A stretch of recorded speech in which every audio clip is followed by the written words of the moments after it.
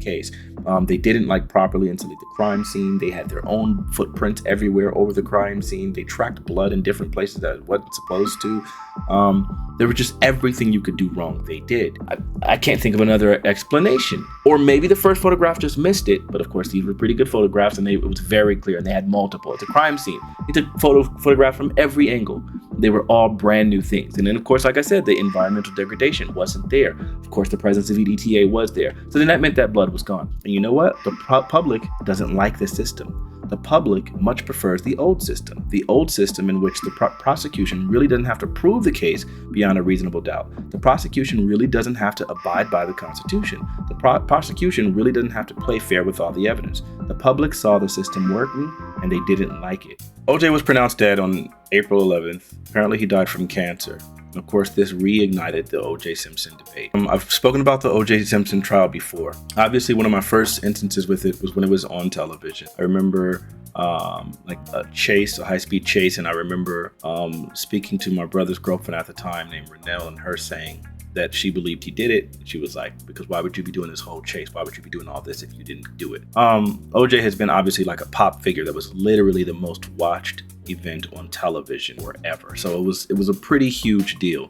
What's really interesting is that most of the people that would be discussing the case today, it wasn't particularly relevant for them at the time. For example, a lot of people that would like Candace Owens, she would have probably been a pretty young girl at the time when the OJ Simpson trial happened. And that's the same for most people, myself included. The idea and understanding about the case is skewed by time and just the way that we perceive things in hindsight. I had a friend that really wanted me to watch something about the OJ Simpson trial that had Cuba Gooding Jr. in it, and I didn't want to watch it. And I told him, no, it's just gonna make me very upset. My mother had gone and read the Johnny Cochran book, and in it, he really kind of explains exactly why he is 100% convinced that there was no evidence to say that OJ Simpson did it and that OJ was innocent. And upon reading that, she conveyed everything to us, my family, my sibling. And I remember how passionate she was about it and how convinced she was. And so then, of course, I always took my mother's word as pretty much gospel. So I was like, okay, so then he must be innocent. Of course, once you get older and you start coming into your own, you want to look and vet things for yourself. And I did,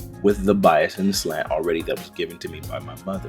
But I still think I think for myself, and I think I went into the thing open-minded, trying to read this information. Upon doing all the research I could, I started watching documentaries, I started reading all these things. It gave me a really clear understanding of the trial. And so around that time, I want to say it was like 2018, 2017, I started posting, and I remember posting very clearly, there is no evidence that OJ Simpson is guilty, changed my mind. And it was really funny because people started coming to me and kind of debating me a little bit. And this is before I was generating content and recording any of these conversations. But I just remember it forcing me to go back and look up more information just to be ready for the next one. Stronger and stronger and stronger in the argument. I haven't reviewed any footage at all. I'm just going to go off of the top of my head, but I feel pretty freaking confident. One of the things that bothers me is that the opinion on OJ Simpson has changed over time. There's a post by the Washington Post. 2 decades later, Black and white Americans finally agree on OJ Simpson's guilt. That bothers me. I'll explain why as the conversation goes on. But they then provide a stat, and the stat shows where Blacks and whites fell on the OJ Simpson verdict. In 1994, about 22% of Black people thought that OJ Simpson was guilty. In 2015, 57% of Black people thought he was guilty. To the contrary, for white people, even in 1994, 63% of them thought he was guilty, and 83% thought he was guilty in 2015. Of course, those numbers have probably increased over time since then, and I understand why. This takes me to the point where my friend was asking me to watch this thing with Cuba Gooding Jr. He was saying it's extremely well shot, it's extremely really good. It was my boy Knives, and he was saying, man, you gotta watch this. Even if it's not accurate, it's really good. And I said, no, it would be incredibly offensive to me, because I know what they're doing when they release these types of things. They release these things with enough nebulous and gray area so that people who are watching it who aren't familiar with the case begin to get the sense that they are familiar enough with the case because of what was put inside of the television, which is mostly true. And so then because of that, then they start to believe things that aren't true, that are complete misrepresentations, and then they actually walk away believe that they're informed about the trial. I know most people won't admit it in the comments, but the vast majority of people that think he's guilty never watched the trial and don't know really any of the intricacies about the evidence. It's offensive. You're spinning a narrative. It's literal pop propaganda, and it's false. And so it was offensive to me. And at first he was like, I mean, even still, you could watch it for entertainment. And so then I picked what was his favorite conspiracy at the time, and I said, okay, imagine if someone made a conspiracy. Decided to make film. But the film was slanted in the direction against your belief in this thing. And, it was still really well. It was well shot. It was good, directed well. The script was good, but that they were selling this thing. Would that offend you? Would that bother you? And he was like, yeah, of course it would, because that's so false. And I said, that's exactly where I'm coming from. And he was like, I get it. I understand. That was the end of that conversation. I never watched it. The reason why I've normally strayed away from the phrase OJ Simpson is innocent. I typically use the phrase that there is no evidence to convict OJ Simpson. And the reason why I think these two things are distinction is because one is to argue something that I can prove. And to prove that he's innocent is to prove a negative. Prove that he did not do this thing. And it's more difficult to do. It's very difficult to prove negatives. You can do it sometimes. Idiots will tell you can't prove a negative. They're morons. But you can do it sometimes. And so I always wanted to stay on a side that's more defensible, which is that there's no evidence to convict OJ Simpson. And in fact, that was what the defense used.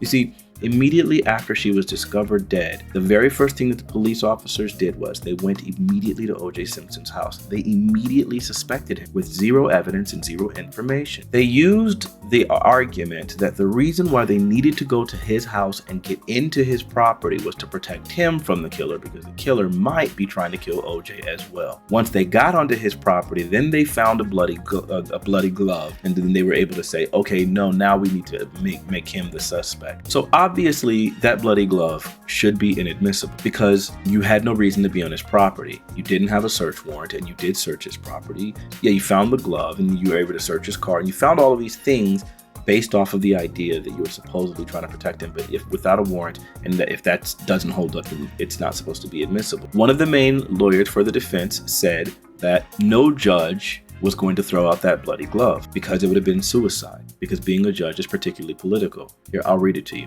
First, he says, well, there's always been some doubt about how they found the glove, but the claim is LAPD Detective Mark Furman was climbing around the back and he discovered the bloody glove and made this miraculous finding. There were a number of policemen, all of whom were acting in concert. There were policemen like Detective Philip Van Adder, who had access to the blood samples, and there was Furman, and there were others. They had a common goal, and their goal was to convict the man who they honestly in their hearts believed was responsible. They weren't trying to frame somebody based on his race. They weren't trying to put somebody in jail who they thought was innocent. That never occurred. They, in their own heart of hearts, knew who the guilty person was. They also knew that there were barriers, legal and constitutional barriers to achieving justice, which is getting the right person.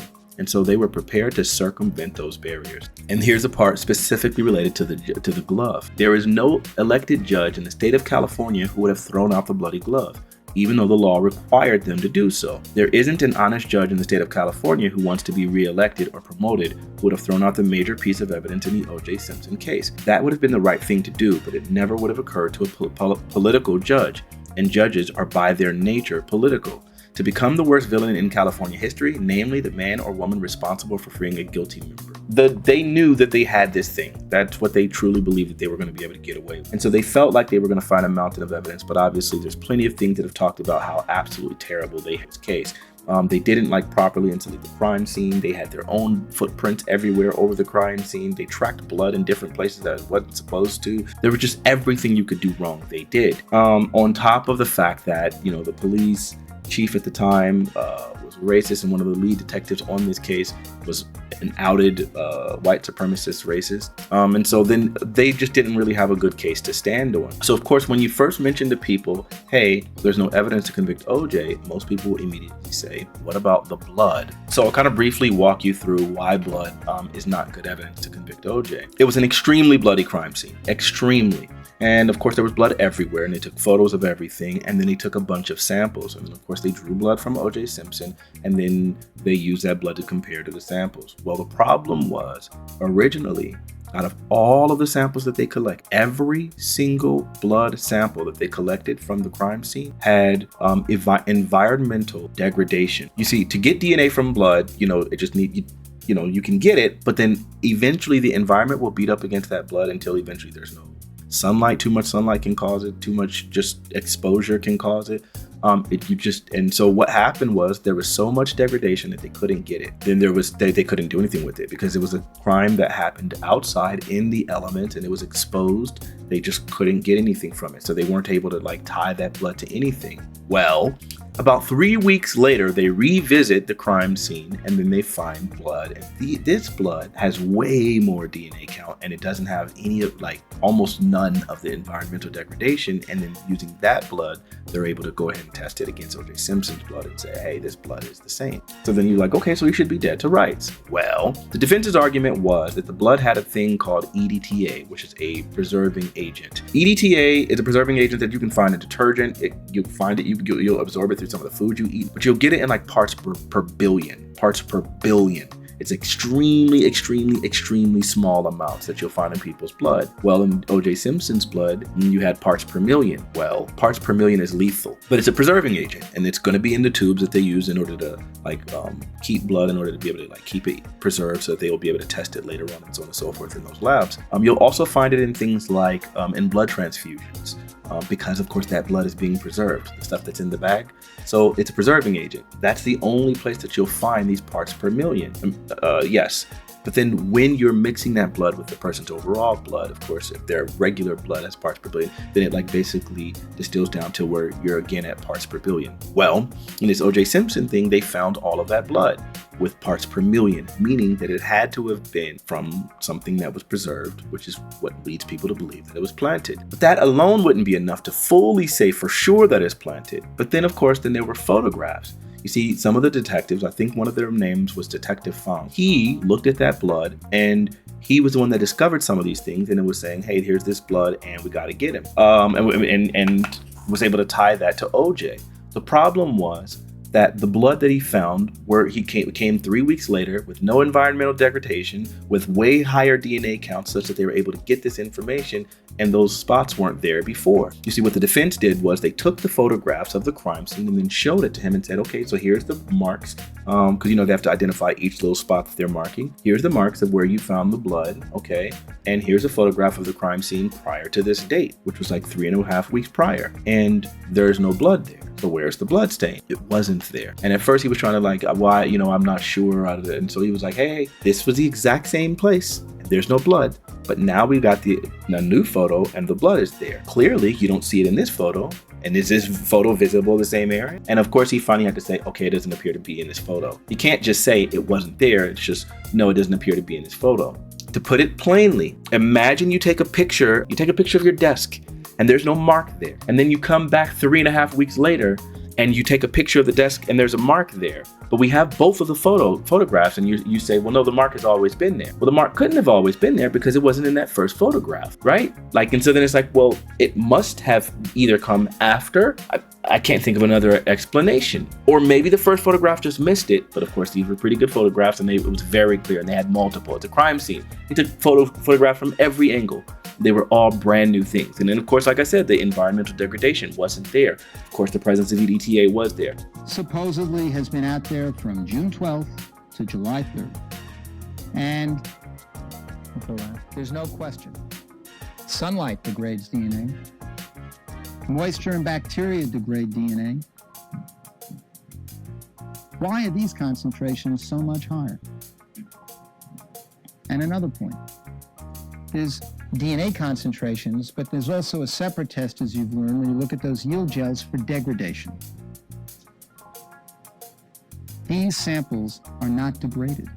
So then that meant that blood was gone. But then that means if that one spot was not there originally, then it had to have gotten there somehow, which would lead you to believe that it was planted. Reasonable take. But then in order for it to be planted, then that means who would have had access to that blood? Well, when OJ Simpson's blood was drawn, instead of the person immediately going upstairs to drop it off, to the proper department, instead he immediately left and went to the crime scene with the blood. This literally happened. Not my opinion.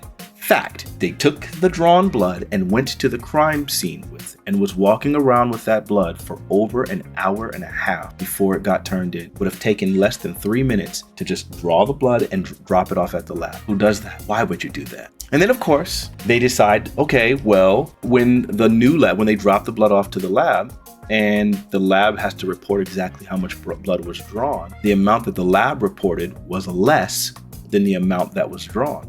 If you recall from the testimony, the first thing that happened is that Mr. Yamauchi got the blood and he stuck in a pipetter that takes 1 mil, and he created the Fitzco card.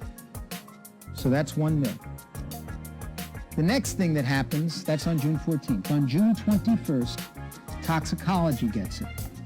And toxicology does things in an appropriate way. They measured how much blood was in the tube. They take a tube, as Mr. Matheson described it, you fill it with water, you look at the other tube, and you make a measurement. And they measured it to be 5.5. Now, if it's 5.5, and we started with 8 cc's, and Yamauchi took 1, there's 1.5 missing. Now you get a testimony from the guy who drew the blood, who was very anti-OJ. And he says, very confidently, Mr. Simpson. Approximately 8 cc's. You say approximately, you did not measure the amount? Well, it could have been 7.9 or it could have been 8.1. And I just looked at the syringe and looked at about 8 cc's.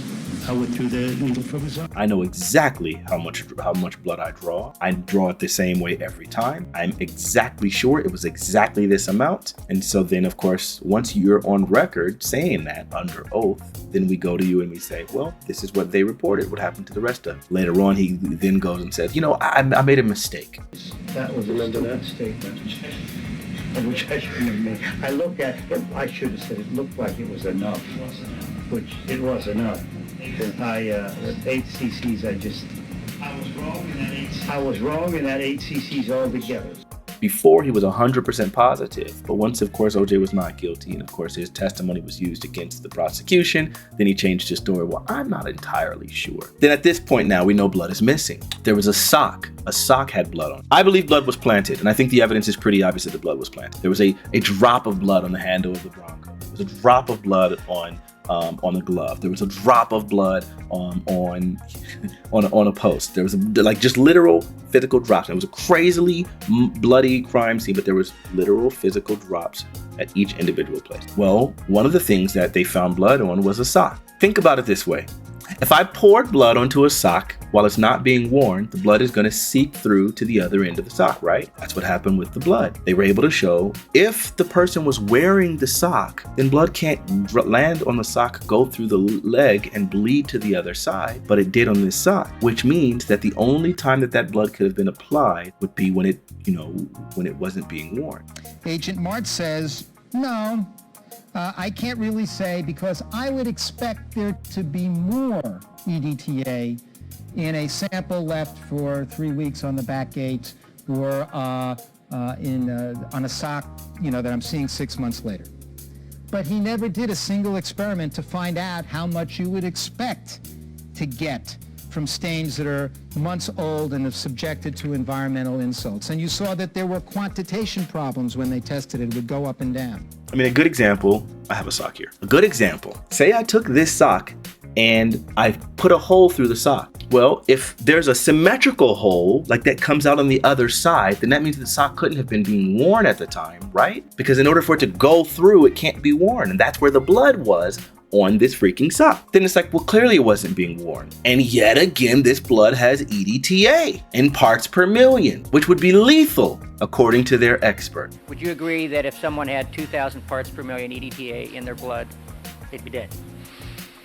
Well, for any sustained period of time, So then okay, blood has been planted, without a doubt. You got blood that's been soaking through that shouldn't have. You got blood that's missing, right? That's being, recorded in the lab. You got the blood. They obviously know that the blood was down at the crime scene for over an hour and a half.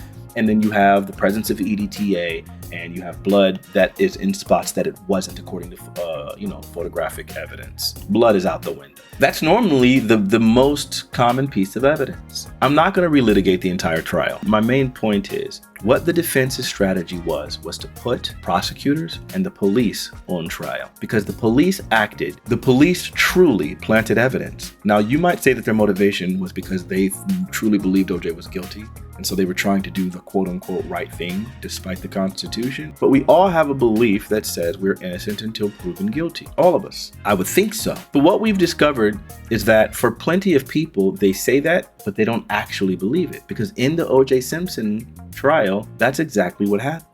You were supposed to be beyond a reasonable doubt. And of course, they couldn't come to any conclusion beyond a reasonable doubt because of all of the different ways that those people act. You can't immediately go and get this evidence of this bloody glove, which wasn't OJ Simpson's because his hand literally couldn't fit inside of it. Like, you can't go and get that evidence, right? So then it's okay, so that doesn't work. You can't plant blood. You can't lie about his whereabouts. They did everything they could to plant evidence and fake this thing. There's a quote from Alan Dershowitz, who was part of the defense, and I think he really sums it up really well. He says, "The problem with this case is that the system worked, and it worked too well. It worked too well because it showed what the defense is capable of doing if they have the ability to use all of the constitutional protections that are given them by the Bill of Rights and by constitutional and other statutory rules. It showed what can happen if the defense has access to the best experts and good lawyers and experts in various other scientific areas. So it showed that the system can work very well, and that in fact the system will operate on the principle of better 10 guilty go free than 1 innocent be wrongly convicted. And you know what? The public doesn't like this system. The public much prefers the old system in which the prosecution really doesn't have to prove the case beyond a reasonable doubt. The prosecution really doesn't have to abide by the Constitution. The prosecution really doesn't have to play fair with all the evidence.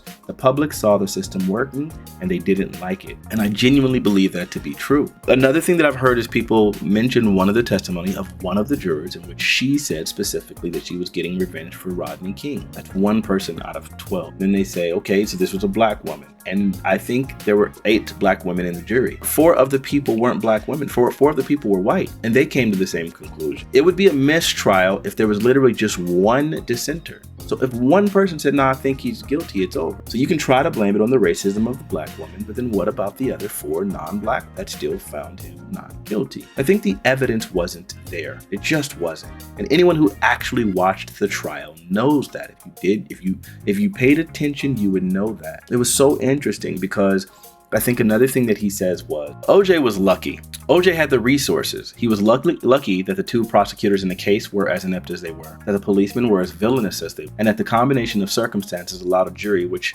was going to be skeptical of many of these presentations made by the prosecution. So again, it was a perfect storm for the prosecution as well. Bad prosecutors, inept decisions, bad witnesses, and defense attorneys who were prepared to exploit every weakness that the prosecution had, and they had many. And I think this is evidenced by the fact that there were points where the prosecution brought forward witnesses, and then during cross-examination, the defense asks them things about their specific case, and then the witness just completely sides with the defense in every way.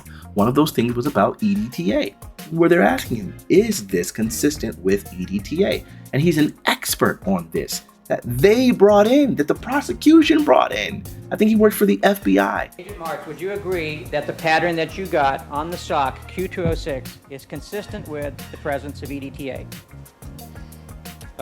It certainly warrants further testing. It responded like EDTA responded, yes. Is it consistent with the presence of EDTA? Yes. Afterwards, they go on a recess. When they go on recess, he comes back and has an entirely different tone. I am not convinced that EDTA is present on that sock. And I want to make that perfectly clear. During the break, did you meet with the prosecutors? I stepped down and talked with them, yes. You talked to them about your testimony? Somewhat. And you recall, after the break, you changed your demeanor, didn't you? I think I did, yes. Did you decide at the break that you needed to be much more of an advocate? No. Crazy. So you go on recess, have a conversation with the prosecution, and then now your entire tone changes. I don't know. That was your witness. So they failed because literally everything they tried to do was corrupt and disgusting, and they didn't succeed. Now, I'm not caping for OJ Simpson because I think he's some great person or anything like that, but I do know this. I've talked about the fact that OJ Simpson made that statement, "I'm not black, I'm OJ." Remember when, on the story of OJ, when Jay-Z refers to that? And then there's that pregnant pause, and then he says, "Okay." I think there's plenty of evidence that demonstrates that OJ Simpson was moseying up to white people. He wanted to distance himself from blackness because he thought that his wealth would allow him to do so. The second trial, in which there was a invasion, and I think they ended up getting him for something along the lines of false imprisonment, because he simply made the statement, "No one's going anywhere until we get to the bottom of this," because he was going back to get memorabilia that actually belonged to him. And upon trying to do so, they go to this guy's apartment who was selling the memorabilia. The judge later on did mention that, hey, this did rightfully belong to him. Some of the people brought a weapon, someone physically assaulted the guy, and it just got out of hand. OJ Simpson did not know that the person had a weapon, did not tell them to physically assault the guy, and only made one statement: "No one's going anywhere until we get to the bottom of that." That was enough for them to charge him with the assault, charge him with false imprisonment, and give him the long stretch that he got. Mind-boggling, right? Ultimately, I think the OJ Simpson trial makes it very clear to me that there is still very obvious racism in America, because I think the fact that the media has gone on the assault that it did to tarnish this person's name for all of this time, that such that now even black people who probably aren't as familiar with it believe that he's truly guilty. I think that it's just heinous. It's a disgusting thing. And they do that to all black prominent men, or virtually all. I mean, look at Michael Jackson. No evidence whatsoever. That dude will never rest in peace, right? Because forever he's going to be some child molesting person, even though there's no evidence to suggest it. Sure, the FBI conducted an investigation for 10 years, complete with unannounced raids on the property when he was gone, all of those kinds of things. The fact that he went to trial and had enough evidence that they really couldn't convict him, despite confessions from some of the people that lied on him, that they lied on him, despite the idea that now we have evidence of the dad basically threatening him: "If you don't give me X amount of money, we're going to destroy your career." You got that, which of course we didn't have at the time, but now we have those recordings. The idea that we have all of that information and still Michael Jackson is the number one brunt all the jokes considered concerning pedophilia. They don't let black people die clean in this industry. Bill Cosby. That's all I'll say on that one. I can probably do a deep dive into the OJ Simpson trial. If anyone's interested, just let me know in the comments. If you disagree with any, I'm more than willing to brush up on the OJ Simpson stuff and go back over it. I'm more than willing to do that, because I am positive that there's no sound argument to say that OJ Simpson is guilty. There just is not, just from all of the reviewing and all the conversations I had in the past over this subject. Let me know what you think.